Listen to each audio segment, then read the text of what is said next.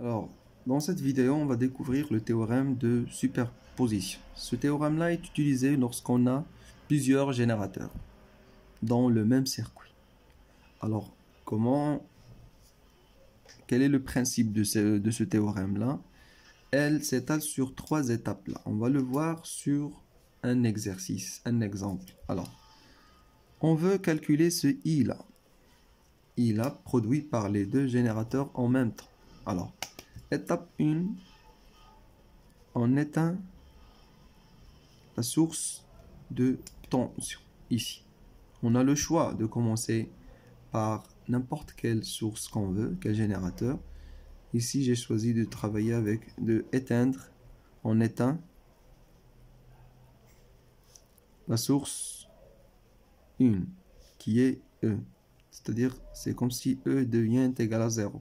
D'accord? Et je calcule I'. Donc, I' maintenant va remplacer I. Je vais mettre I' au lieu de I. D'accord? Et calculer encore. Alors voilà, j'ai dessiné le montage en éteignant ma source de tension et en gardant la source de courant. J'ai remplacé I par I'. Donc je dois maintenant calculer I'. I2, n'oubliez pas que I2 est connu. I2 est égal à 5 ampères parce qu'il vient de la source de courant. La source de courant impose le courant dans cette branche-là. D'accord? Alors, vous voyez que les deux résistances R1 et R3 sont en parallèle. Les deux résistances sont en parallèle. Et le courant I2, c'est le courant total qui se divise, qui se partage sur ces deux résistances. I', c'est le courant qui circule dans une seule résistance. Donc j'ai toutes les conditions pour appliquer le diviseur de courant. Diviseur de courant. Alors I' est égal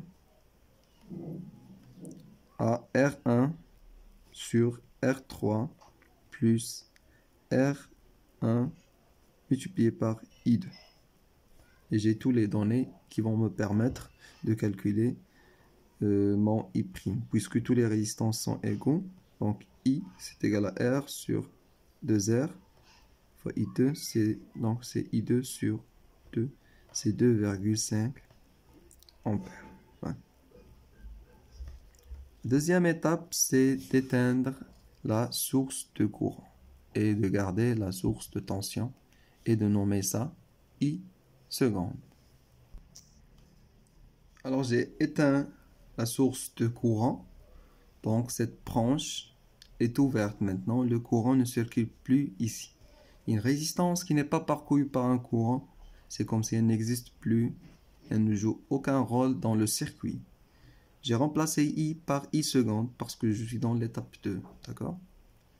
Donc je vois que maintenant j'ai un générateur en série avec deux résistances.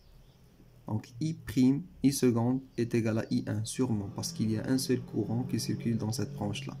Donc ce I seconde maintenant, c'est en utilisant la loi d'Ohm, c'est I seconde qui est égal à E sur la somme des deux résistances. Un générateur qui a deux résistances en série avec lui. Donc je peux les associer dans une seule résistance, dire que c'est R équivalente qui sera parcourue par un courant.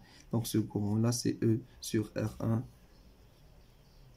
plus R3. D'accord?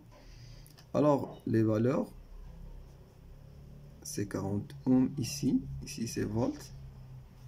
Ça va donner 0,25 ampères. D'accord? Alors la troisième étape, c'est de faire la somme de ces courants-là. I' plus I seconde, c'est le courant qu'on cherche. Donc c'est 2,5 plus 0,25. I est égal à 2,75 ampères. Et c'est tout pour le premier exemple.